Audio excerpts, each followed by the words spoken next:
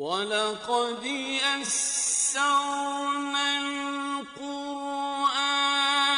لِلذِّكْرِ فَهَلْ مِن مُّدَّكِرٍ۔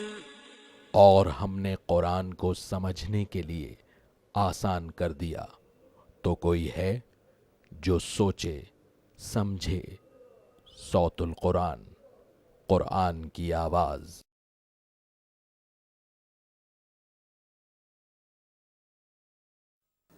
نحمده ونصلي على رسوله الكريم اما بعد فاعوذ بالله من الشيطان الرجيم بسم الله الرحمن الرحيم وقالوا لن يدخل الجنة إلا من كان هودا أو نصارى تلك أمانيهم قل هاتوا برهانكم إن كنتم صادقين صدق اللہ العظیم۔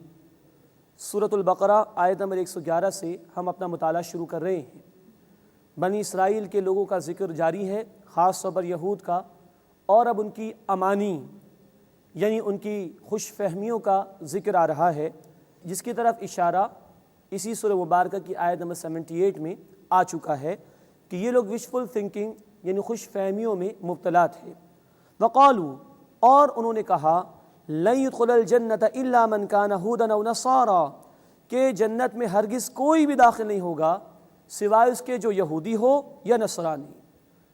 اب یہاں نوٹ فرمائیے کہ یہود و نصارہ کے آپس میں شدید اختلافات تھے، لیکن مسلمانوں کی دشمنی میں وہ مشترک ہو گئے تھے، تو کہا کہ یہودی یا نصرانی تو جنت میں داخل ہوگا، اس کے سوا کوئی بھی نہیں۔ اللہ کا تبصرہ، تلک امانیہم، یہ ان کی جھوٹی تمنائیں ہیں، وشفل تھنکنگ ہے۔ قل ہاتوا برہانکم ان کنتم صادقین، اے نبی صلی اللہ علیہ وسلم فرما دیجئے اس سے اپنی دلیل پیش کرو اگر تم سچے ہو، لاؤ دلیل لے کر آؤ، کہاں سے تم نے یہ بات گھڑ لی ہے کہ تم ہی جنت میں داخل ہوگے۔ اس کے بعد اگلی آیت میں ایک یونیورسل ٹروتھ بیان کیا جا رہا ہے کہ جنت حاصل کرنا چاہتے ہو تو اس کا طرز عمل کیا ہے۔ فرمایا، بلا، کیوں نہیں، من اسلم وجہہ للہ، جس نے اپنے رخ کو اللہ کے لیے جھکا دیا، اپنا چہرہ اللہ کے سامنے جھکا دیا، وَهُوَ مُحْسِنٌ، جبکہ وہ عمدگی کے ساتھ عمل کرنے والا بھی ہو، فَلَهُ أَجْرُهُ عِنْدَ رَبِّهِ، تو اس کے لیے اس کا اجر اس کے رب کے پاس محفوظ ہے۔ وَلَا خَوْفٌ عَلَيْهِمْ وَلَا هُمْ يَحْزَنُونَ، ایسے لوگوں پر نہ کوئی خوف ہوگا اور نہ وہ غمگین ہوں گے۔ اللہ کے ہاں جنت کے فیصلے محض تمناؤں کی بنیاد پر نہیں کیے جاتے، بلکہ اس کے لیے اسلام کی روش، سبمیشن کی روش، سبمٹ کر دینے کی روش، اللہ کے ہر حکم کے سامنے اپنے آپ کو جھکا دینے کی روش، اس کا مطالبہ ہے رب کائنات کی جانب سے۔ اس کے بعد اس سورہ مبارکہ کے 14ویں رکوع کا آغاز ہو رہا ہے۔ یہود و نصارہ اور مشرکین کا بھی بیان اس میں آ رہا ہے، اور مسلمانوں کو یہود و نصارہ کی پیروی کرنے سے منع کیا گیا ہے۔ وقالت اليہود لیست النصارى علی شیء، اور یہود نے کہا کہ نصارہ کسی دلیل پر نہیں۔ وقالت النصارى لیست اليہود علی شیء، اور نصارہ نے کہا کہ یہود کسی دلیل پر نہیں۔ ان کے آپس میں شدید اختلافات تھے۔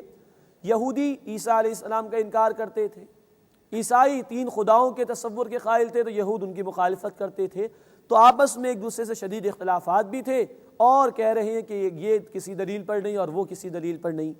وَهُمْ يَتْلُونَ الْكِتَابَ، حالانکہ وہ کتاب بھی پڑھتے ہیں۔ جو اولڈ ٹیسٹمنٹ ہے وہ یہود اور عیسائیوں کے درمیان مشترک ہے، لیکن اس کے باوجود ان کے ہاں شدید اختلافات۔ كَذَلِكَ قَالَ الَّذِينَ لَا يَعْلَمُونَ مِثْلَ قَوْلِهِمْ، اسی طرح ان لوگوں نے ان جیسی بات کہی جو علم نہیں رکھتے۔ مراد ہے کہ جو مشرکین مکہ تھے ان کے پاس کوئی وحی کا علم نہیں تھا، وہ بھی اسی طرح کی باتیں کر رہے ہیں کہ بس وہی حق پر ہیں اور باقی سب جو ہیں وہ ناحق پر ہیں۔ فَاللَّهُ يَحْكُمُ بَيْنَهُمْ يَوْمَ الْقِيَامَةِ، تو بس اللہ ان کے درمیان قیامت کے دن فیصلہ فرما دے گا، فِيمَا كَانُوا فِيهِ يَخْتَلِفُونَ، اس بارے میں جس میں وہ اختلاف کیا کرتے تھے۔ اب کچھ ذکر مشرکین مکہ کے حوالے سے آ رہا ہے۔ وَمَنْ أَظْلَمُ مِمَّنْ مَنَعَ مَسَاجِدَ اللَّهِ، اور اس سے بڑھ کر ظالم کون ہوگا جس نے اللہ کی مسجدوں سے روکا، أَن يُذْكَرَ فِيهَا اسْمُهُ، کہ ان میں اللہ کا نام لیا جائے، وَسَعَىٰ فِي خَرَابِهَا، اور وہ ان مساجد کی ویرانی کے درپے ہو جائے۔ یہ اشارہ مشرکین مکہ کی طرف ہے، جنہوں نے مسلمانوں کو خانہ کعبہ سے روکنے کی کوشش کی اور مکے سے ہجرت کرنے پر مجبور کیا، تو فرمایا کہ ان سے بڑے تو کوئی ظالم نہیں جو اللہ کی مسجدوں سے لوگوں کو روکے کہ وہاں اللہ کا ذکر کیا جائے، بلکہ وہ اللہ کی مسجدوں کی ویرانی کے در پہ ہو جائیں۔ آج بھی وہ لوگ جو کسی بھی اعتبار سے لوگوں کو اللہ کی عبادت سے روکے، اللہ کی مساجد سے روکے، ان سے بڑا کوئی ظالم نہیں ہو سکتا قرآن کی اس آیت کی روشنی میں۔ اولئک ما کان لہم ان یدخلوها، ان لوگوں کے لیے حق نہ تھا، جائز نہ تھا کہ وہ وہاں مسجد میں داخل ہوتے اللہ کی، الا خائفین، مگر یہ کہ ڈرتے ہوئے۔ انہیں ڈرنا چاہیے کہ اگر اللہ کے گھروں سے لوگوں کو روکیں گے تو اللہ کے عذاب میں مبتلا کیے جائیں گے۔ لہم فی الدنیا خزی، ان کے لیے دنیا میں رسوائی ہے، ولہم فی الآخرۃ عذاب عظیم، اور ان کے لیے آخرت میں بڑا عذاب ہے۔ وللہ المشرق والمغرب، اور اللہ ہی کے لیے ہے مشرق اور مغرب۔ فأینما تولوا، سو جس طرف تم رخ پھیرو گے، فثم وجہ اللہ، ادھر اللہ ہی کے رخ انور کو پاؤ گے۔ یہ اشارہ ہو رہا ہے قبلے کی تحویل کی طرف، قبلے کی تبدیلی کی طرف۔ پہلے مسلمانوں کو حکم تھا بیت المقدس کی طرف رخ کر کے نماز ادا کرنے کا، اس کے بعد بیت اللہ کو قبلہ بنائے جانے کا حکم بھی آیا، جس کی تفصیل انشاءاللہ اسی صورت میں ہم پڑھیں گے رکوع نمبر 17 اور 18 میں۔ یہاں اس کی طرف صرف اشارہ کیا جا رہا ہے کہ جہاں کہیں بھی تم رخ پھیرو گے اللہ ہی کا رخ انور ہوگا، اللہ کسی سمت میں مقید نہیں۔ ان ظاہری چیزوں کی طرف نہ پڑھو بلکہ اللہ کے سامنے اپنے آپ کو جھکانے کی کوشش کرو۔ راہ قبلہ تو وہ اہل ایمان کو یکسانیت عطا کرنے کے لیے ہے، نہ کہ یہ کہ اللہ کو کسی ڈائریکشن میں انسان مقید تصور کر لے۔ ان اللہ واسع علیم، بے شک اللہ وسعت والا ہے، خوب علم رکھنے والا ہے۔ وقالوا اتخذ اللہ ولدا، اور انہوں نے کہا کہ اللہ نے بیٹا بنا لیا ہے، معاذ اللہ، سبحانہ، اللہ اس سے پاک ہے۔ بیٹوں کی ضرورت، اولاد کی ضرورت انسانوں کو ہوتی، اللہ کو قطعاً اس کی ضرورت نہیں، اللہ اس سے بے نیاز ہے، بلکہ اللہ کی شان تو یہ ہے بل لہ ما فی السماوات والارض، بلکہ اس اللہ ہی کے لیے ہے جو کچھ آسمانوں میں ہے اور زمین میں ہے۔ کل لہ قانتون، سب کے سب اسی کے فرما بردار ہیں، کل کائنات اللہ کے تابع ہے۔ تم محتاج ہو، تمہیں اولاد کی ضرورت ہے، اللہ محتاج نہیں، اللہ کو اولاد کی ضرورت نہیں۔ بدیع السماوات والارض، وہ پیدا فرمانے والا ہے آسمانوں اور زمین کا۔ وَإِذَا قَضَى أَمْرًا، اور جب وہ کسی کام کا فیصلہ فرماتا ہے، فَإِنَّمَا يَقُولُ لَهُ كُن فَيَكُونُ، تو وہ اسے کہتا ہے ہو جا، اور وہ شے ہو جاتی ہے۔ یہ اللہ کی قدرت کا بیان ہے۔ اس نے آسمان و زمین کو وجود عطا فرما دیا جبکہ وہ کچھ نہ تھے، انسان کو مٹی سے پیدا فرما دیا، کئی مراحل سے گزارا، یہ سب کچھ کرنے والی ذات اللہ کی ہے۔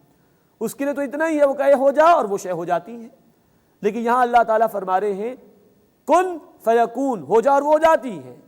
لیکن پیش نظر رہے یہ بات کہ اس ہونے میں ٹائم فیکٹر انوالو ہو سکتا ہے۔ ایک ماں کے بطن میں بچے کی تخلیق، کئی ماہ اس میں لگتے ہیں، اللہ کے کلمہ کن سے ہی ہوا، لیکن اس کے فیکون یعنی ہو جانے میں ٹائم فیکٹر بہرحال ضرور انوالو رہتا ہے۔ وقال الذین لا يعلمون، اور کہا ان لوگوں نے جو علم نہیں رکھتے یعنی مشرکین مکہ جن کے پاس وحی کا علم نہ تھا، لولا یکلمون اللہ، کہ اللہ ہم سے کلام کیوں نہیں کرتا، او تأتینا آیا، یا ہمارے پاس کوئی نشانی کو معجزہ کیوں نہیں آتا۔ یہ تفصیل انشاءاللہ سورۃ الانعام میں آئے گی، جہاں مشرکین مکہ کے حوالے سے تفصیلی گفتگو اللہ تعالیٰ نے ارشاد فرمائی ہے۔ كذلك قال الذين من قبلهم مثل قولهم، اسی طرح ان سے پہلے لوگوں نے ان جیسی بات کہی، تشابہت قلوبهم، ان کے دل ایک جیسے ہو گئے، قد بینا الآیات لقوم یوقنون، بے شک ہم نے یقین رکھنے والوں کے لیے نشانیاں واضح کر دی ہیں۔ اس کے بعد اللہ کے رسول صلی اللہ علیہ وسلم کو تسلی دی جا رہی ہے، انا ارسلناک بالحق بشیرا ونذیرا، بے شک اے نبی صلی اللہ علیہ وسلم ہم نے آپ کو حق کے ساتھ خوشخبری سنانے والا بنا کر اور خبردار یعنی وارن کرنے والا بنا کر بھیجا ہے۔ وَلَا تُسْأَلُ عَنْ أَصْحَابِ الْجَحِيمِ، اور آپ سے اہل جہنم کے متعلق سوال نہیں کیا جائے گا۔ اے نبی صلی اللہ علیہ وسلم آپ حق بیان کیجئے، اطاعت کرنے والوں کو خوشخبری سنائیے جنت کی، انکار کرنے والوں کو ڈرائیے جہنم کے عذاب سے۔ اب اگر کوئی جہنم کی طرف جا رہا ہے تو اس کی ذمہ داری آپ پر نہیں ہوگی۔ یہی ہر داعی حق کے لیے تسلی، دین کا کام تم کرو، نتیجہ اللہ کے ہاتھ میں ہے۔ اب بھی اگر کوئی بات نہیں مانتا تو وہ خود اللہ کے ہاں اس کا جواب دہ ہوگا۔ اس کے بعد بڑی اہم ہدایت اہل ایمان کو دی جا رہی ہے کہ یہود و نصارہ سے دوستیاں اختیار نہ کریں، دلی ہمدردی والی دوستیاں اختیار نہ کریں۔ فرمایا وَلَمْ تَرْضَ عَنْكَ الْيَهُودُ وَلَا النَّصَارَى حَتَّى تَتَّبِعَ مِلَّتَهُمْ، اور اے نبی صلی اللہ علیہ وسلم، یہود و نصارہ آپ سے کبھی بھی راضی نہیں ہوں گے جب تک کہ آپ ان کی ملت یعنی ان کے دین کی پیروی نہ کر لیں۔ خطاب تو ہو رہا ہے رسول اکرم صلی اللہ علیہ وسلم سے، مسلمانوں کو ہدایت دی جا رہی ہے، یہود و نصارہ سے کوئی دلی ہمدردی والی دوستیاں اختیار نہ کرنا۔ ایک حسن سلوک وہ کر سکتے ہو کفار سے، لیکن دلی ہمدردی والی دوستی وہ مومن کی صرف مومن سے ہو سکتی ہے۔ اور یہ یہود و نصارہ جو دین کے دشمن ہیں کبھی تم سے راضی نہیں ہوں گے جب تک کہ تم ان کی ملت ان کے دین کی پیروی نہ کر لو۔ مراد یہ ہے اپنے دین کو چھوڑ دو، ان کی ملت میں شامل ہو جاؤ تو شاید یہ تم سے راضی ہو جائیں گے، ورنہ کبھی بھی تم سے راضی نہیں ہوں گے۔ یہ اللہ کا اٹل فیصلہ اور یہ ہدایت رب کائنات نے قرآن میں عطا فرما دی۔ اس تناظر میں آج ہم دیکھیں مسلم حکمرانوں کو بھی کہ وہ یہود و نصارہ سے دوستی اختیار کر رہے ہیں، مسلمانوں کی جانوں کا سودا کر رہے ہیں، کیا وہ اللہ کے ہاں کامیاب ہو سکیں گے؟ کیا وہ اللہ کے ہاں کوئی جواب دہی کر سکیں گے؟ سوچنا چاہیے۔ قرآن کی آیات اٹل، قرآن نے کہا سورہ کہف آیت نمبر 27 لا مبدل لکلماتہ، اللہ کے کلمات کو کوئی بدلنے والا نہیں۔ یہ آیت آج بھی سچی ہے۔ یہود و نصارہ کی کتنی دوستیاں اختیار کر لی جائیں یہ کبھی بھی مسلمانوں سے راضی نہیں ہوں گے۔ یہ تو چاہتے ہیں ہم اپنے دین کو بھی چھوڑ دیں، اپنے رب کو، قرآن کو، اپنے رسول صلی اللہ علیہ وسلم کو چھوڑ دیں، ان کے دین میں جا کے شامل ہو جائیں تو شاید یہ ہم سے راضی ہو جائیں۔ اللہ ہمیں بھی اور ہمارے مسلم حکمرانوں کو بھی توفیق عطا فرمائے وہ ایمان والوں سے دوستی اختیار کریں، کفار سے ہمدردیاں اور دوستیاں بڑھانے کی کوشش نہ کریں مسلمانوں کی کاسٹ پر۔ اللہ ہمیں اس کی توفیق اور ہدایت عطا فرمائے۔ وَلَن تَرْضَ عَنْكَ الْيَهُودُ وَلَا النَّصَارَى حَتَّى تَتَّبِعَ مِلَّتَهُمْ، اور اے نبی صلی اللہ علیہ وسلم آپ سے یہود و نصارہ کبھی بھی راضی نہیں ہوں گے جب تک کہ آپ ان کی ملت ان کے دین کی پیروی نہ کر لیں۔ قل، اے نبی صلی اللہ علیہ وسلم فرما دیجئے ان ھدی اللہ ھو الھدی، بے شک اللہ ہی کی ہدایت وہی دراصل ہدایت ہے۔ یہ زور ہے اس میں، اللہ کے سوا کہیں سے ہدایت نہیں ملے گی اور اللہ کے سوا کہیں پناہ بھی نہیں ملے گی، اور اس کی آخری ہدایت یہ قرآن ہے اور اسی میں پناہ ملے گی۔ قرآن نے کہا سورۃ الکہف آیت نمبر 27 میں وَلَن تَجِدَ مِن دُونِهِ مُلْتَحَدًا، اس قرآن کے سوا کہیں اور پناہ نہیں ملے گی۔ اللہ ہمیں اس بات کا یقین عطا فرمائے اور اس ہدایت پر عمل کرنے کی توفیق عطا فرمائے۔ وَلَئِنِ اتَّبَعْتَ أَهْوَاءَهُمْ، اور اگر اے نبی صلی اللہ علیہ وسلم بالفرض آپ نے ان کی خواہشات کی پیروی کی، بعد الذی جاءک من العلم، اس کے بعد کہ آپ کے پاس علم آ گیا، ما لک من اللہ من ولی ولا نصیر، تو آپ کے لیے اللہ کے مقابلے میں نہ کوئی حمایت کرنے والا ہوگا اور نہ ہی کوئی مددگار ہوگا۔ دراصل خطاب تو ہو رہا ہے رسول اکرم صلی اللہ علیہ وسلم سے، لیکن امت کو رہنمائی دی جا رہی اس سے کہ اللہ کے رسول صلی اللہ علیہ وسلم سے اس قسم کا کوئی امکان نہیں تھا کہ وہ اللہ کے بجائے کسی اور کی پیروی کریں گے۔ امت سے امکان ہے اور امت آج یہ کام کر رہی ہے۔ اللہ کی کتاب کو چھوڑ کر جو حق آ چکا ہے وہ غیروں کے اصولوں کو اختیار کر رہی ہے، غیروں سے سسٹمز اور ازمز کو لے کر فالو کر رہی ہے، تو پھر اللہ کے مقابلے میں نہ کوئی حمایت کرنے والا ہوگا نہ کوئی مددگار ہوگا۔ اللہ ہمیں اس کا یقین عطا فرمائے اور اپنی اس کتاب سے جڑنے اور اپنے حبیب صلی اللہ علیہ وسلم کے اسوہ حسنہ کی پیروی کرنے کی توفیق عطا فرمائے۔ اس کے بعد قرآن حکیم نے اہل کتاب کے نیک لوگوں کا ذکر کیا ہے۔ یہ قرآن کا اعجاز اور خوبی ہے۔ اہل کتاب کی برائیاں بھی قرآن نے بیان کی، اگر وہاں کچھ لوگ اچھے تھے یا ان لوگوں میں کوئی خوبی تھی تو قرآن نے اس کو بھی بیان کیا ہے۔ یہ توازن ہے، بیلنس ہے قرآن حکیم کا، جو اللہ ہی کے کلام میں ہمیں مل سکتا ہے، انسانوں کے کلام میں نہیں مل سکتا۔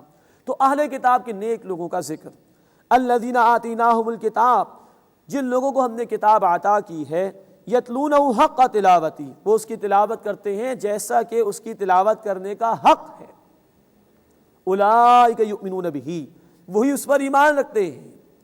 مراد ہے جو تلاوت کا حق ادا کرتے ہیں انہی کا کتاب پر ایمان ہوتا ہے۔ تلاوت کے اصل معنی پیچھے پیچھے آنے کے، ٹو فالو، پیروی کرنا۔ سورہ شمس آیت نمبر 2 میں کہا گیا والقمر اذا تلاہا، اور چاند کی قسم جب وہ سورج کے پیچھے پیچھے آئے، تو تلاوت دراصل نام ہے پیچھے پیچھے آنے کا۔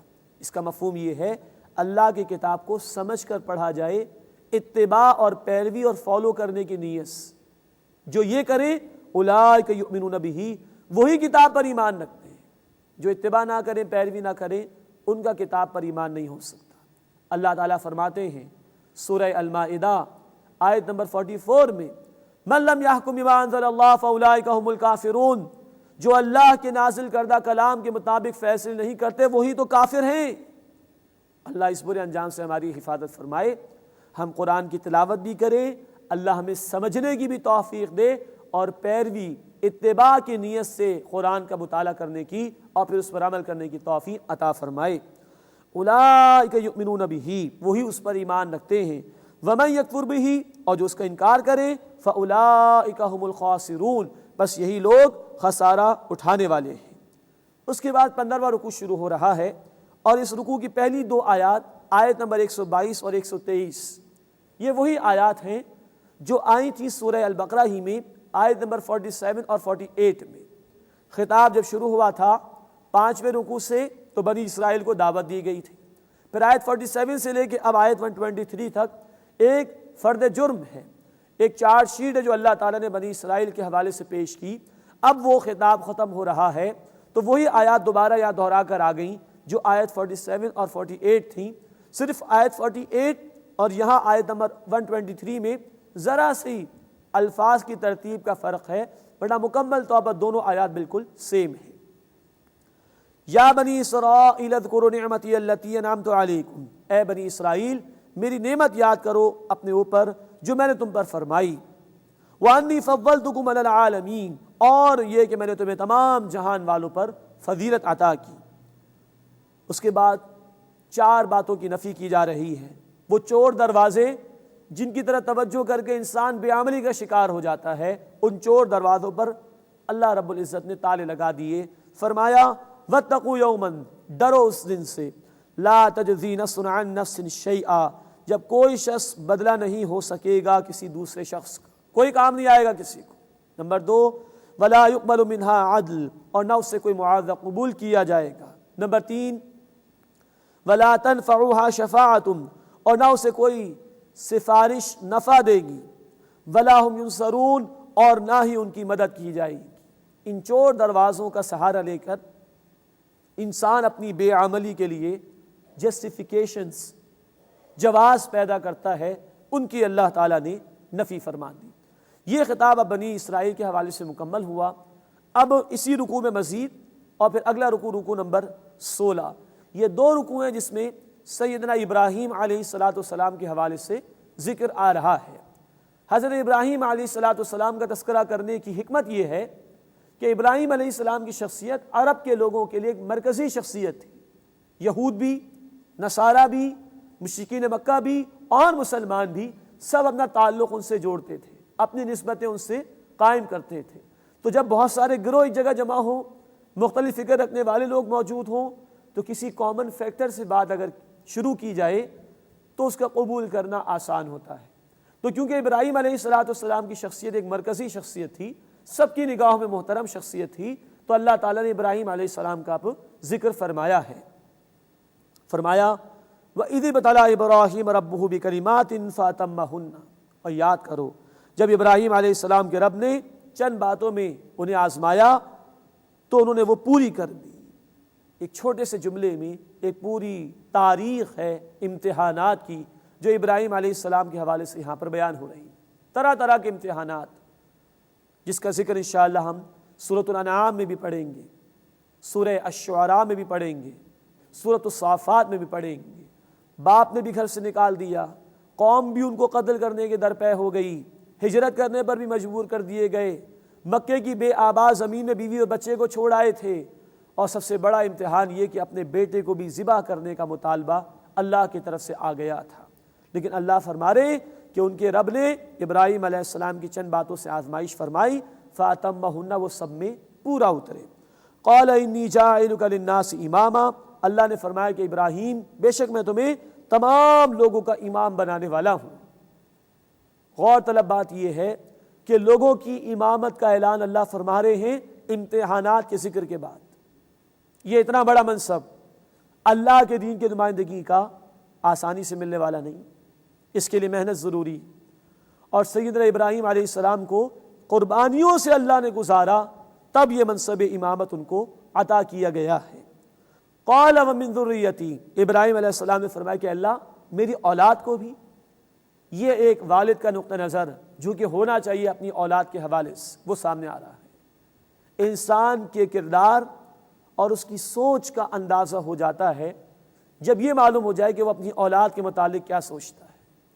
ابراہیم علیہ السلام نے بھی اللہ سے سوال کیا، اللہ کیا میری اولاد کو بھی یہ نعمت میری اولاد کو بھی ملے گی؟ فرمایا قال لا ینال عہد الظالمین، اللہ نے فرمایا کہ میرا عہد ظالمین کے لیے نہیں۔ یہ یہود و نصارہ کو بھی سنایا جا رہا ہے، بے شک تم ابراہیم علیہ السلام کی نسل میں سے ہو، لیکن ظلم کرنے والوں کے لیے منصب امامت نہیں۔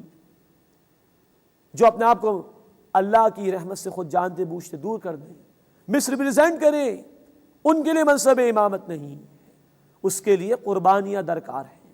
جیسے سیدنا ابراہیم علیہ السلام نے قربانیاں پیش کی، ان قربانیوں کے بعد ہی یہ منصب امامت اللہ کی طرف سے عطا کیا جاتا ہے۔ وَإِذْ جَعَلْنَا الْبَيْتَ مَثَابَةً لِلنَّاسِ، اور یاد کرو جب میں نے خانہ کعبہ کو لوگوں کے لیے بار بار لوٹنے کی جگہ بنایا۔ ابراہیم علیہ السلام کے دور سے حج کا سلسلہ شروع ہوا، ہر سال لوگ بار بار جاتے ہیں حج کی ادائیگی کے لیے، اس کی طرف اشارہ ہے۔ وَأَمْنًا، اور اسے امن کی جگہ بنایا، جو بھی بیت اللہ میں داخل ہو جاتا تھا اس کو امن مل جاتا تھا۔ باپ کے دشمن کو بھی، باپ کے قاتل کو بھی اگر وہ بیت اللہ میں چلا جائے لوگ اس وقت ہاتھ نہیں لگاتے تھے۔ وَأَمْنًا، اور ہم نے اسے امن کی جگہ بنایا۔ وَاتَّخِذُوا مِن مَقَامِ إِبْرَاهِيمَ مُصَلًّى، اور مقام ابراہیم کو نماز کی جگہ بناؤ۔ مقام ابراہیم یہ وہ مقام ہے جہاں مفسرین نے لکھا ہے کہ ایک پتھر جنت سے لا کر رکھا گیا تھا، اور اس پر کھڑے ہو کر ابراہیم علیہ السلام خانہ کعبہ کو، اس کی دیواروں کو بلند فرماتے تھے۔ وہ پتھر اونچا ہو جاتا تھا اور ابراہیم علیہ السلام دیواروں کو بلند فرماتے تھے۔ اس مقام پر سنت سے بات ہمیں معلوم ہوتی ہے کہ طواف کی ادائیگی کے بعد 2 رکعت ادا کرنی چاہیے۔ وَاتَّخِذُوا مِن مَقَامِ إِبْرَاهِيمَ مُصَلًّى، اور مقام ابراہیم کو نماز کی جگہ بناؤ۔ وَعِدْنَا إِلَىٰ إِبْرَاهِيمَ وَإِسْمَاعِيلَ، اور ہم نے حکم دیا ابراہیم اور اسماعیل علیہ السلام کو، أَن طَهِّرَ بَيْتِيَ لِلطَّائِفِينَ وَالْعَاكِفِينَ وَالرُّكَّعِ السُّجُودِ، کہ وہ میرے گھر کو پاک رکھیں طواف کرنے والوں کے لیے اور اعتکاف کرنے والوں کے لیے اور رکوع اور سجدہ ادا کرنے والوں یعنی نماز ادا کرنے والوں کے لیے۔ بیت اللہ اور اسی کے حوالے سے تمام مساجد کے لیے حکم ہے ان کو پاک صاف رکھا جائے، ظاہری اعتبار سے بھی اور باطنی اعتبار سے بھی۔ باطنی اعتبار سے شرک سے پاک رکھا جائے اور ظاہری اعتبار سے بھی ان کو پاک صاف رکھنا چاہیے۔ پھر بیت اللہ میں عبادت کی جو فضیلت ہے، فرض نماز کے بعد اس کی ترتیب بھی یہی، سب سے پہلے طواف کرنے کی فضیلت ہے، اس کے بعد اعتکاف کرنے کی فضیلت ہے، اور اس کے بعد نوافل ادا کرنے کی فضیلت ہے۔ وَإِذْ قَالَ إِبْرَاهِيمُ رَبِّ اجْعَلْ هَٰذَا بَلَدًا آمِنًا، اور یاد کرو جب ابراہیم علیہ السلام نے دعا کی، اے میرے رب اس شہر کو امن والا بنا دے، وَارْزُقْ أَهْلَهُ مِنَ الثَّمَرَاتِ، اور اس کے رہنے والوں کو پھلوں میں سے روزی عطا فرما، مَنْ آمَنَ مِنْهُمْ بِاللَّهِ وَالْيَوْمِ الْآخِرِ، جو ان میں سے ایمان لائے اللہ پر اور آخرت کے دن پر۔ اب جیسے ہم پیچھے پڑھ چکے کہ اللہ تعالیٰ نے کہا تھا کہ میرا وعدہ ظالمین کے لیے نہیں، تو جب یہ رزق کی دعا کر رہے ہیں تو ابراہیم علیہ السلام نے ایک بات اس میں ایڈ کر دی کہ اللہ جو ایمان لائے، جو نیک عمل کرے اسے رزق عطا فرما۔ اللہ تعالیٰ نے آگے فرمایا، قال، فرمایا، ومن کفر، اور جس نے کفر کیا، فأمتعه قلیلا، میں اسے تھوڑا سا نفع دوں گا، ثم اضطرہ الی عذاب النار، پھر اس کو مجبور کروں گا آگ کے عذاب کی طرف، وبئس المصیر، اور وہ لوٹنے کی بری جگہ ہے۔ اب ابراہیم علیہ السلام نے تو کہا تھا کہ اللہ جو ایمان لائے اور عمل لے کرے اسے روزی دیجیے ہو، تو یہاں اللہ تعالیٰ نے وضاحت فرما دی کہ کفر کرنے والے کو بھی دنیا کی نعمتیں مل جائیں گی۔ دنیا کی نعمتوں کا انحصار تقوی یا نیک عمل پر نہیں، یہاں ہر ایک کو مل جائے گا۔ ہاں منصب امامت، اللہ کی نگاہوں میں کسی کا مقام، اس کے لیے ایمان اور عمل صالح ضروری ہے۔ دنیا کی نعمتیں تو ہر ایک کو مل جائیں گی، کفار کو بھی مل جائیں گی۔ وبئس المصیر، اور وہ آگ جہنم کا عذاب وہ لوٹنے کی بہت بری جگہ ہے۔ وَإِذْ يَرْفَعُ إِبْرَاهِيمُ الْقَوَاعِدَ مِنَ الْبَيْتِ وَإِسْمَاعِيلُ، اور یاد کرو جب ابراہیم علیہ السلام اور اسماعیل علیہ السلام خانہ کعبہ کی بنیادوں کو اٹھا رہے تھے، بلند کر رہے تھے۔ مفسرین نے یہ بات بیان کی ہے روایات کی روشنی میں، خانہ کعبہ کی اول تعمیر ایک رائے ہے کہ فرشتوں نے فرمائی اور ایک رائے ہے کہ آدم علیہ السلام نے فرمائی، تو وہ موجود تھا پہلے سے ہی۔ زمانے کے گزرنے کے ساتھ ساتھ سیلاب وغیرہ کے آ جانے کی وجہ سے عمارت مخدوش اور کمزور ہو گئی تھی، بنیادیں موجود تھیں۔ ابراہیم علیہ السلام نے بنیادوں کو اور بلند کیا اور عمارت کو اور بڑا کیا اور بلند کیا اور دوبارہ تعمیر فرمائی۔ ربنا تقبل منا، دعا کر رہے تھے دونوں باپ بیٹا، اے ہمارے رب ہماری جانب سے قبول فرما، انک انت السمیع العلیم، بے شک تو خوب سننے والا، خوب علم رکھنے والا ہے۔ اب اگلے الفاظ پر توجہ فرمائیے گا، ربنا، اے ہمارے رب، وجعلنا مسلمین لک، اور ہم دونوں کو اپنا مسلم بنا دے، اور ہم دونوں کو اپنا مسلم بنا دے۔ اتنے بڑے رسول ابراہیم علیہ السلام اور ان کے بیٹے اسماعیل علیہ السلام، وہ بھی اللہ کے نبی، دعا کریں اللہ ہم دونوں کو اپنا مسلم بنا دے۔ لوگ آسان سمجھتے ہیں مسلمان ہونا، اسلام ٹوٹل سبمیشن، اپنے آپ کو مکمل طور پر جھکا دینا اللہ کے سامنے۔ اتنے بڑے رسول اور ان کے بیٹے نبی یہ دعا کر رہے ہیں، ہمیں اپنا کتنا جائزہ لینا چاہیے، ہم واقعتاً کتنے مسلم ہیں اور کتنی اب اللہ کی نافرمانی کر رہے ہیں۔ اللہ ہمیں جائزہ لینے کی توفیق عطا فرمائے۔ ربنا وجعلنا مسلمین لک، اے ہمارے رب اور ہم دونوں کو اپنا فرما بردار بنا، ومن ذریتنا امتا مسلمتا لک، اور ہماری اولاد میں سے اپنی ایک فرما بردار امت پیدا فرما۔ امت مسلمہ میرے اور آپ کے لیے دعائیں کی تھیں ابراہیم اور اسماعیل علیہ السلام نے کہ اللہ ہماری اولاد میں سے ایک امت مسلمہ پیدا فرمائیو، ہمیں مسلم کا نام دیا تھا انہوں نے۔ وَأَرِنَا مَنَاسِكَنَا، اور ہمیں ہماری عبادت کے طریقے دکھا۔ وَتُبْ عَلَيْنَا، اور ہم پر نظر کرم فرما، ہمیں معاف فرما۔ اِنَّكَ أَنْتَ التَّوَّابُ الرَّحِيمُ، بے شک اے اللہ تو خوب توبہ قبول فرمانے والا، مسلسل رحم فرمانے والا ہے۔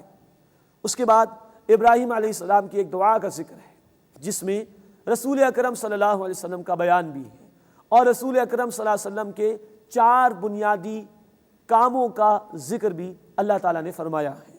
ربنا، اے ہمارے رب، وَبَعَثْ فِيهِمْ رَسُولًا مِّنْهُمْ، اور ان میں ایک رسول بھیج انہی میں سے، یعنی ہماری اولاد میں سے، یتلو علیہم آیاتی کا، وہ ان پر تیری آیات کی تلاوت فرمائے، وَيُعَلِّمُهُمُ الْكِتَابَ، اور انہیں کتاب کے احکامات کی تعلیم دے، والحکمہ، اور انہیں حکمت یعنی وزڈم، دانائی سکھائے، وَيُزَكِّيهِمْ، اور ان کا تزکیہ فرمائے۔ اِنَّكَ أَنْتَ الْعَزِيزُ الْحَكِيمُ، بے شک اللہ تو زبردست ہے، حکمت والا ہے۔ نوٹ فرمائیے، یہ سیدنا ابراہیم علیہ السلام کی دعا رسول اکرم صلی اللہ علیہ وسلم سے صدیوں پہلے، جتنی اہم دعا اتنا اس کی قبولیت میں وقت لگا، اور پھر رسول اکرم صلی اللہ علیہ وسلم حضرت اسماعیل علیہ السلام ہی کی نسل میں آگے چل کر پیدا ہوئے۔ 4 کام ان کے یہاں بیان ہوئے: قرآن کی آیات کی تلاوت، نمبر 2 قرآن کے احکامات کی وضاحت، نمبر 3 حکمت اور وزڈم کی باتیں سکھانا، احکامات کے پیچھے کیا حکمت ہے وہ سکھانا، اور نمبر 4 لوگوں کا تزکیہ کرنا، ان کو پیوریفائی کرنا۔ یہ 4 بنیادی کام ہیں رسول اکرم صلی اللہ علیہ وسلم کے جو قرآن اس مقام پر بیان کر رہا ہے۔ یہ بھی نوٹ فرما لیجئے کہ یہ 4 کام 4 ہی مرتبہ قرآن میں بیان ہوئے۔ پہلی مرتبہ یہاں سورہ البقرہ آیت 129، پھر دوسری مرتبہ سورۃ البقرہ آیت نمبر 151، پھر تیسری مرتبہ سورہ آل عمران آیت نمبر 164، اور پھر چوتھی مرتبہ سورۃ الجمعہ آیت نمبر 2 میں۔ انشاءاللہ کچھ تفسیر ہم ان 4 باتوں کی سمجھیں گے سورۃ الجمعہ آیت نمبر 2 کی روشنی میں۔ اِنَّكَ أَنْتَ الْعَزِيزُ الْحَكِيمُ، بے شک اللہ تو زبردست ہے، حکمت والا ہے۔ اس کے بعد 16واں رکوع شروع ہو رہا ہے۔ ابراہیم علیہ السلام کا مزید کچھ بیان انشاءاللہ ہم پڑھیں گے۔ وَمَن يَرْغَبُ عَن مِّلَّةِ إِبْرَاهِيمَ إِلَّا مَن سَفِيَ نَفْسَهُ، اور کون ہے جو ابراہیم علیہ السلام کے طریقے سے منہ پھیر لے سوائے اس کے جس نے اپنے آپ کو حماقت میں مبتلا کیا ہو، اپنے آپ کو بیوقوف بنا لیا ہو۔ ملت ابراہیم، ابراہیم علیہ السلام کا طریقہ، جو اس کو چھوڑ رہا ہے، فراموش کر رہا ہے، اس سے بڑا کوئی بیوقوف نہیں۔ یہ ملت ابراہیمی کیا ہے، ابراہیم علیہ السلام کا طریقہ کیا ہے، اس کا بیان انشاءاللہ اگلی آیت میں آ جائے گا۔ وَلَقَدِ اصْطَفَيْنَاهُ فِي الدُّنْيَا، اور بے شک ہم نے انہیں دنیا میں چن لیا، وَإِنَّهُ فِي الْآخِرَةِ لَمِنَ الصَّالِحِينَ، اور بے شک وہ آخرت میں نیک لوگوں میں سے ہوں گے۔ اب اگلی آیت میں ملت ابراہیمی کی وضاحت ہے، ابراہیم علیہ السلام کا طریقہ کیا تھا اس کی وضاحت ہے۔ یہ بات اس لیے بھی ہمارے لیے اہم ہے کہ اللہ نے ہم مسلمانوں کو ملت ابراہیم قرار دیا۔ قرآن نے کہا سورۃ الحج آیت نمبر 78 میں، ملت ابیکم ابراہیم، تم اپنے والد ابراہیم علیہ السلام کے طریقے پر ہو۔ تو ہمیں معلوم ہونا چاہیے وہ طریقہ کیا تھا۔ اب اس کی وضاحت آیت نمبر 131 میں آ رہی ہے۔ اذ قال له ربه اسلم، جب ان سے ان کے رب نے کہا کہ تم جھکا دو اپنے آپ کو، قال اسلمت لرب العالمین، تو انہوں نے فرمایا کہ میں نے اپنے آپ کو تمام جہان والوں کے رب کے سامنے جھکا دیا۔ یہ جھکا دینا، سبمٹ کر دینا، سرنڈر کر دینا اپنے آپ کو، یہ ملت ابراہیم ہے، یہ ابراہیم علیہ السلام کا طریقہ ہے، یہی اسلام ہے کہ پورے طور پر اپنے آپ کو اللہ کے سامنے جھکا دو۔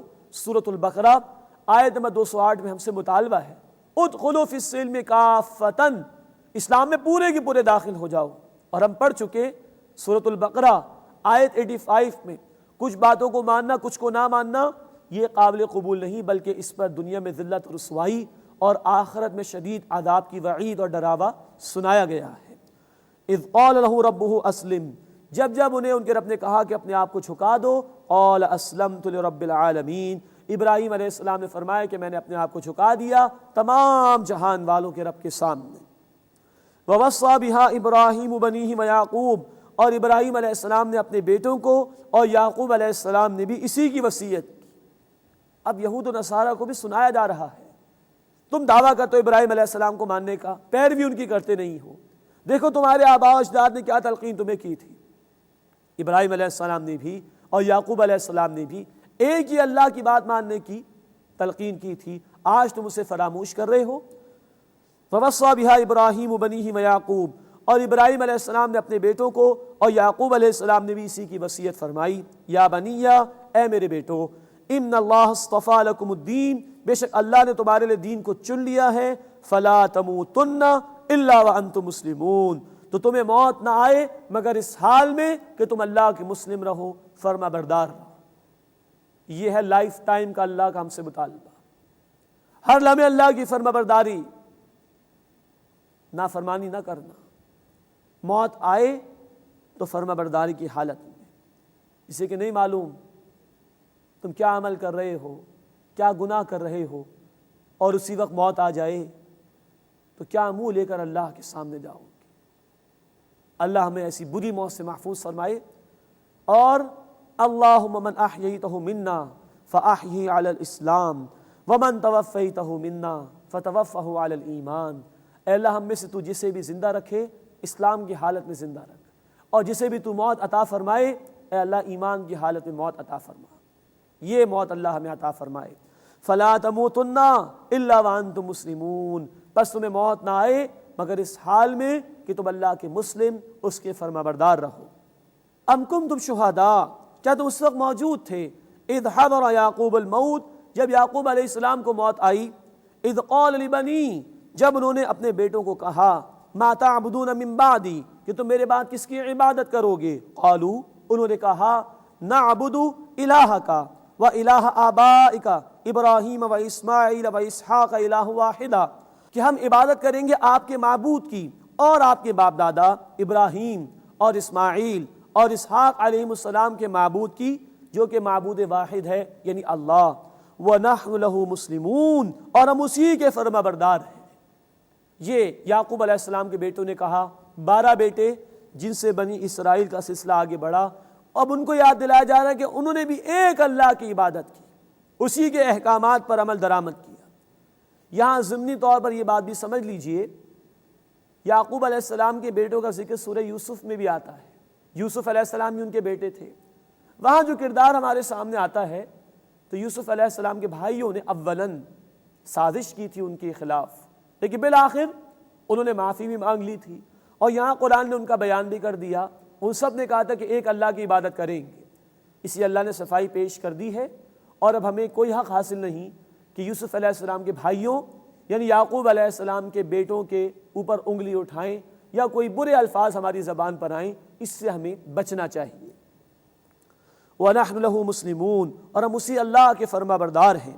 تِلْكَ أُمَّةٌ قَدْ خَلَتْ، یہ ایک امت تھی جو گزر چکی، لَهَا مَا كَسَبَتْ وَلَكُمْ مَا كَسَبْتُمْ، اس کے لیے وہ ہے جو اس نے کمایا، جو ان کے اعمال تھے وہ اس کے جواب دے ہوں گے، اور تمہارے لیے وہ کچھ ہے جو تم نے کمایا، تمہیں اپنے اعمال کا خود جواب دینا ہوگا۔ وَلَا تُسْأَلُونَ عَمَّا كَانُوا يَعْمَلُونَ، اور تم سے اس کے بارے میں سوال نہیں کیا جائے گا جو کچھ کہ وہ کیا کرتے تھے۔ یہی آیت بالکل انہی الفاظ میں دوبارہ آئے گی انشاءاللہ، آیت نمبر 141، یہی الفاظ۔ اور بڑی اہم بات اللہ نے یہاں بیان فرمائی، وہ تو گزر چکے ان کا اور ان کے رب کا معاملہ، تمہیں اپنا جواب اللہ کے سامنے دینا ہوگا، اور جو کچھ وہ کرتے تھے اس کے متعلق تم سے سوال نہیں ہوگا۔ ہر ایک کو اپنا جواب خود دینا ہے۔ کسی نسل میں پیدا ہو جانے کی بنیاد پر نجات نہیں، کسی سے نسبت اور تعلق ہونے کی بنیاد پر نجات نہیں۔ اللہ کے حبیب صلی اللہ علیہ وسلم نے فرمایا، مسلم شریف کی روایت ہے، جو عمل میں پیچھے رہ گیا نسب اس کو آگے نہیں بڑھا سکے گا کہ کیونکہ میں فلاں نسل میں ہوں تو میری بخشش ہو جائے گی، نہیں۔ فیصلہ کن شے انسان کا اپنا عمل، اور ہر ایک کو اپنا جواب خود دینا ہوگا۔ وَلَا تُسْأَلُونَ عَمَّا كَانُوا يَعْمَلُونَ، اور تم سے اس کے بارے میں سوال نہیں کیا جائے گا جو کچھ وہ کیا کرتے تھے۔ وَقَالُوا كُونُوا هُودًا أَوْ نَصَارَىٰ تَهْتَدُوا، اور انہوں نے کہا تم یہودی یا نصرانی ہو جاؤ ہدایت پا جاؤ گے۔ اللہ کا تبصرہ، قل، اے نبی صلی اللہ علیہ وسلم فرما دیجئے، بل ملت ابراہیم حنیفا، بلکہ میں نے یکسو ہو جانے والے ابراہیم علیہ السلام کے طریقے کی پیروی اختیار کی۔ کسی گروہ میں ہونے کی بنیاد پر نجات نہیں، عمل کی بنیاد پر پیروی کرنے کے ساتھ نجات کا وعدہ ہے اللہ کی طرف سے۔ تو اے نبی آپ فرما دیجئے میں نے تو پیروی اختیار کر لی یکسو ہو جانے والے ابراہیم علیہ السلام کے طریقے کی۔ وما کان من المشرکین، اور وہ مشرکین میں سے نہیں تھے۔ قولوا آمنا باللہ، کہو ہم ایمان لائے اللہ پر، وما انزل الینا، اور جو ہماری طرف نازل کیا گیا، وما انزل الی ابراہیم و اسماعیل و اسحاق و یعقوب والاسباط، اور جو کچھ نازل کیا گیا ابراہیم اور اسماعیل اور اسحاق اور یعقوب اور اولاد یعقوب علیہ السلام پر، وما اوتی موسیٰ و عیسیٰ، اور جو کچھ عطا کیا گیا موسیٰ اور عیسیٰ علیہ السلام کو، وما اوتی النبیون من ربہم، اور جو کچھ عطا کیا گیا انبیاء کو ان کے رب کی طرف سے، لا نفرق بین احد منہم، ہم ان میں سے کسی ایک کے درمیان بھی فرق نہیں کرتے، وَنَحْنُ لَهُ مُسْلِمُونَ، اور ہم اسی اللہ کے فرما بردار ہیں۔ یہ مسلمانوں کو حکم دیا گیا اور ان کے عقیدے کا بیان بھی آ گیا۔ ہم تمام کتابوں پر ایمان رکھتے ہیں، ہر دور میں اللہ نے جو وحی نازل فرمائی سب پر ہمارا ایمان، ہم کسی بھی رسول کا انکار نہیں کرتے اور رسولوں کے درمیان تفریق نہیں کرتے، اور ہم اسی ایک اللہ کے فرما بردار ہیں۔ تو مسلمان زیادہ براڈ مائنڈڈ ہیں۔ نصارہ عیسیٰ علیہ السلام کو مانتے ہیں، محمد صلی اللہ علیہ وسلم کا انکار کرتے ہیں۔ یہودی موسیٰ علیہ السلام کو مانتے ہیں، محمد صلی اللہ علیہ وسلم کا انکار کرتے ہیں۔ مسلمان تمام رسولوں کو مانتے ہیں، کسی ایک رسول کا انکار تمام رسولوں کے انکار کے مترادف ہو جائے گا۔ مسلمانوں کا عقیدہ زیادہ پختہ ہے، زیادہ وسیع ہے، اور وہ زیادہ براڈ مائنڈڈ ہے۔ وَنَحْنُ لَهُ مُسْلِمُونَ، اور ہم اسی ایک اللہ کے فرما بردار ہیں۔ فَإِنْ آمَنُوا، پس اگر وہ ایمان لے آئیں، بِمِثْلِ مَا آمَنْتُمْ بِهِ، جیسے اے اہل ایمان تم ایمان لائے ہو، فَقَدْ اهْتَدَوْا، تو وہ ہدایت پا جائیں گے۔ یہاں صحابہ کرام رضی اللہ تعالیٰ عنہ مجمعین کی عظمت کا بیان ہے۔ اگر یہ یہود و نصارہ اے صحابہ رضی اللہ تعالیٰ عنہ مجمعین تمہاری طرح ایمان لے آئیں، اسی کے اول وہی مسلمان اس وقت موجود تھے جب قرآن نازل ہو رہا تھا، تو ان کو ہدایت ملے گی۔ تو یہ صحابہ کی عظمت کا بیان بھی اس مقام پر آتا ہے ہمارے سامنے۔ وَإِن تَوَلَّوْا، اور اگر انہوں نے منہ پھیر لیا فإنما هم فی شقاق، تو بے شک وہی ضد میں ہیں. فسیکفیکہم اللہ، پس ان قریب اے نبی صلی اللہ علیہ وسلم ان کے مقابلے میں اللہ ہی آپ کے لیے کافی ہوگا. اب یہ تسلی دی جا رہی ہے رسول اکرم صلی اللہ علیہ وسلم کو. نو کمپرومائز، ان کی مخالفت کی پرواہ نہ کیجئے، ان کو اہمیت نہ دیجئے، ان کے مقابلے میں اللہ آپ کے لیے کافی ہے. یہی بات آئی ہے سورۃ المائدہ آیت 67 میں، واللہ یعصمک من الناس، لوگوں کے مقابلے میں اے نبی صلی اللہ علیہ وسلم اللہ آپ کی حفاظت فرمائے گا. اور اس توسط سے تمام اہل ایمان کو کہا جا رہا ہے دین کے لیے محنت کرو، مخالفت کرنے والوں کے مقابلے میں اللہ کافی ہے. فسیکفیکہم اللہ، بس ان قریب ان کے مقابلے میں آپ کے لیے اللہ ہی کافی ہوگا. یہی وہ مقام ہے کہ جب حضرت عثمان رضی اللہ تعالیٰ عنہ کو شہید کیا گیا تھا تو اسی مقام پر انہی الفاظ پر ان کا خون گرا تھا بہہ کر. وہ نسخہ آج بھی ترکی کے ایک میوزیم میں محفوظ، اور اللہ کا وعدہ پورا ہوا. حضرت عثمان رضی اللہ تعالیٰ عنہ کے قاتل وہ بری موت مارے گئے اور اللہ کے عذاب میں مبتلا کیے گئے. وَهُوَ السَّمِيعُ الْعَلِيمُ، اور وہ اللہ خوب سننے والا، علم رکھنے والا ہے. صبغۃ اللہ، مسلمانوں کو کہا جا رہا ہے کہ یوں کہو ہم نے اختیار کیا صبغۃ اللہ، اللہ کا رنگ، یعنی اللہ کی اطاعت کا رنگ. نصارہ کے ہاں یہ ایک روش تھی، بیپٹائز کرتے تھے، رنگ سے نہلاتے تھے بچوں کو، بیپٹائز کرتے تھے، یا کوئی عیسائی بنتا تھا تو اس کو بیپٹائز کرتے تھے. فرمائیں ظاہری رنگوں میں کچھ نہیں رکھا، صبغۃ اللہ، اللہ کی اطاعت کے رنگ کو اختیار کرو. ومن احسن من اللہ صبغہ، اور کس کا رنگ اچھا ہو سکتا ہے اللہ کے مقابلے میں. ونحن له عابدون، اور ہم اسی اللہ کی عبادت کرنے والے ہیں. قل، اے نبی صلی اللہ علیہ وسلم فرما دیجئے، اتحاجوننا فی اللہ، کیا تم ہم سے جھگڑتے ہو اللہ کے بارے میں؟ وَهُوَ رَبُّنَا وَرَبُّكُمْ، حالانکہ وہ ہمارا بھی رب ہے اور تمہارا بھی. وَلَنَا أَعْمَالُنَا وَلَكُمْ أَعْمَالُكُمْ، اور ہمارے لیے ہمارے اعمال ہیں اور تمہارے لیے تمہارے اعمال ہیں. وَنَحْنُ لَهُ مُخْلِصُونَ، اور ہم اللہ ہی کے لیے خالص ہیں. خلوص اس کا ذکر آ رہا ہے. آیت 136 ہم اللہ کے مسلم، اس کے فرما بردار ہیں. آیت 138 ہم اللہ کے عبادت گزار ہیں. اور اب آیت 139 ہم اللہ کے لیے مخلص. اگر اخلاص کے بغیر کوئی عمل اور عبادت ہو وہ قابل قبول نہیں، اور دکھاوے کا عمل یہ اخلاص کی ضد ہے، اور مسند احمد کی حدیث کے مطابق شرک ہے. دکھاوے کی نماز، دکھاوے کا صدقہ، دکھاوے کا روزہ شرک ہے. اللہ ہمیں اخلاص عطا فرمائے. ام تقولون ان ابراہیم و اسماعیل و اسحاق و یعقوب والاسباط کانوا ھودا و نصارا، مسلمانوں سے کہا جا رہا ہے تم ان سے کہو، یہود و نصارہ سے، کیا تم کہتے ہو کہ ابراہیم اور اسماعیل اور اسحاق اور یعقوب اور اولاد یعقوب علیہم السلام یہودی تھے یا نصرانی؟ کیا تم یہ کہتے ہو؟ قل، اے نبی صلی اللہ علیہ وسلم فرما دیجئے، اانتم اعلم ام اللہ، کیا تم زیادہ جانتے ہو کہ اللہ زیادہ جانتا ہے؟ ابراہیم علیہ السلام مسلم تھے، ہم آیت 131 میں پڑھ چکے، ہر موقع پر انہوں نے اپنے آپ کو جھکا دیا، مسلم تھے. تم یہودی اور نصرانی انہیں کہہ رہے ہو، کیا تم زیادہ جانتے ہو کہ اللہ زیادہ جانتا ہے؟ ہمیں سوچنا چاہیے. آج ہم مختلف مسالک میں بٹے ہوئے ہیں، گروہوں میں بٹے ہوئے ہیں.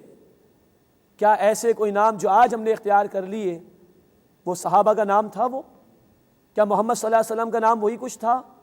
آج ہم نے دیوبندی، بریلوی، اہل حدیث جو کیپشنز اختیار کر رکھے، کیا صحابہ دیوبندی بریلوی اہل حدیث تھے؟ کیا اللہ کے رسول صلی اللہ علیہ وسلم دیوبندی بریلوی اہل حدیث؟ ہی واز اے مسلم، صحابہ مسلم تھے. ہمیں اللہ نے مسلم بننے کا حکم دیا، ہم سے کہلوایا جا رہا ہے آیت 136 میں وَنَحْنُ لَهُ مُسْلِمُونَ، ہم اس اللہ کے مسلم ہیں. اللہ ہمیں ان مسلکوں سے بڑھ کر آگے جانے کی توفیق دے اور ہمیں واقعتاً مسلم بننے کی توفیق عطا فرمائے. وَمَنْ أَظْلَمُ مِمَّنْ كَتَمَ شَهَادَةً عِنْدَهُ مِنَ اللَّهِ، اور اس سے بڑھ کر ظالم کون ہوگا جس نے وہ گواہی چھپائی جو اللہ کی طرف سے اس کے پاس تھی. یہ علماء یہود کا بیان جو جانتے تھے رسول اکرم صلی اللہ علیہ وسلم کو اور ان کی بشارات کو بھی جو ان کی کتابوں میں تھی، لیکن وہ چھپاتے تھے. وَمَا اللَّهُ بِغَافِلٍ عَمَّا تَعْمَلُونَ، اور جو کچھ تم کرتے ہو اللہ اس سے بے خبر نہیں. تِلْكَ أُمَّةٌ قَدْ خَلَتْ، یہ ایک امت تھی جو گزر چکی، یہ آیت پہلے بھی آ چکی ہے آیت 134 میں، بالکل وہی آیت ہے۔ تلک امۃ قد خلت، یہ ایک امت تھی جو گزر چکی، لہا ما کسبت ولکم ما کسبتم، اس کے لیے وہ ہے جو اس نے اعمال کیے اور تمہارے لیے وہ جو تم نے کمایا، ولا تسألون عما كانوا يعملون، اور تم سے اس کے بارے میں سوال نہیں کیا جائے گا جو کچھ وہ کیا کرتے تھے۔